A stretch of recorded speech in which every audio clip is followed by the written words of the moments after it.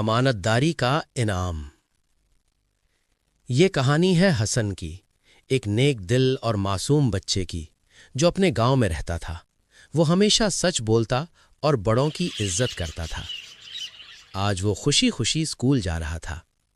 راستے میں جب وہ ایک چھوٹی سی دکان کے پاس پہنچا تو اچانک اس کی نظر زمین پر پڑی۔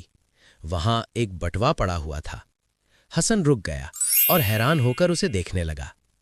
حسن نے بٹوا آہستہ سے اٹھایا۔ اس نے سوچا کہ یہ ضرور کسی کا گر گیا ہوگا۔ وہ بہت احتیاط سے اسے ہاتھ میں پکڑ کر کھڑا ہو گیا۔ جب اس نے بٹوے میں جھانکا تو اس میں پیسے موجود تھے۔ حسن تھوڑا گھبرا گیا۔ وہ سمجھ گیا کہ یہ کسی کی محنت کی کمائی ہے اور اسے واپس کرنا ضروری ہے۔ اتنے میں اس کا دوست علی وہاں آ گیا۔ علی نے بٹوا دیکھا اور خوش ہو کر بولا، حسن چلو یہ رکھ لیتے ہیں، اس سے کھلونے اور چپس لے لیں گے۔ حسن نے فوراً سر ہلا کر کہا، نہیں علی، یہ ہمارا نہیں ہے۔ امانت میں خیانت کرنا بہت غلط بات ہے۔ ہمیں یہ بٹوا ضرور واپس کرنا چاہیے۔ حسن نے فیصلہ کر لیا۔ وہ بٹوا لے کر علی کے ساتھ مسجد کی طرف چل پڑا، کیونکہ اسے معلوم تھا کہ حاجی صاحب سب کی مدد کرتے ہیں۔ مسجد کے باہر حاجی صاحب بیٹھے تھے۔ وہ بہت نیک اور سمجھدار بزرگ تھے۔ حسن ادب سے ان کے پاس گیا اور سلام کیا۔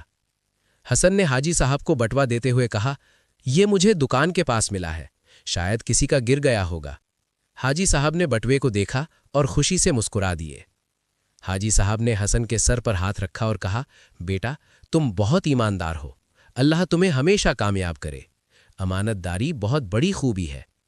تھوڑی دیر بعد ایک آدمی پریشان حالت میں وہاں آیا۔ وہ ادھر ادھر دیکھ رہا تھا اور کہہ رہا تھا، ہائے میرا بٹوا گم ہو گیا، اس میں میرے پیسے تھے۔ حاجی صاحب نے فوراً بٹوا نکالا اور پوچھا، کیا یہ آپ کا ہے؟ آدمی نے بٹوا دیکھتے ہی کہا، جی ہاں یہی میرا ہے۔ وہ بہت خوش ہو گیا۔ آدمی نے حسن کی طرف دیکھا اور کہا، بیٹا تم نے میری بہت بڑی مدد کی، شکریہ۔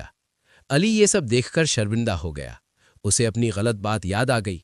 حاجی صاحب نے مسکرا کر حسن کو انعام دیا۔ انہوں نے اسے ایک نیا اسکول بیگ اور کتابیں دیں اور کہا، نیکی کا انعام ضرور ملتا ہے۔ حسن خوشی خوشی گھر کی طرف چل پڑا۔ علی نے بھی وعدہ کیا کہ وہ ہمیشہ سچ بولے گا۔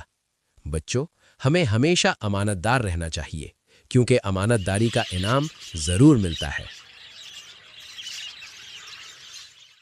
بچوں، اگر آپ کو یہ کہانی پسند آئی تو چینل کو ضرور سبسکرائب کریں اور بیل آئیکن دبانا مت بھولنا۔ اللہ حافظ۔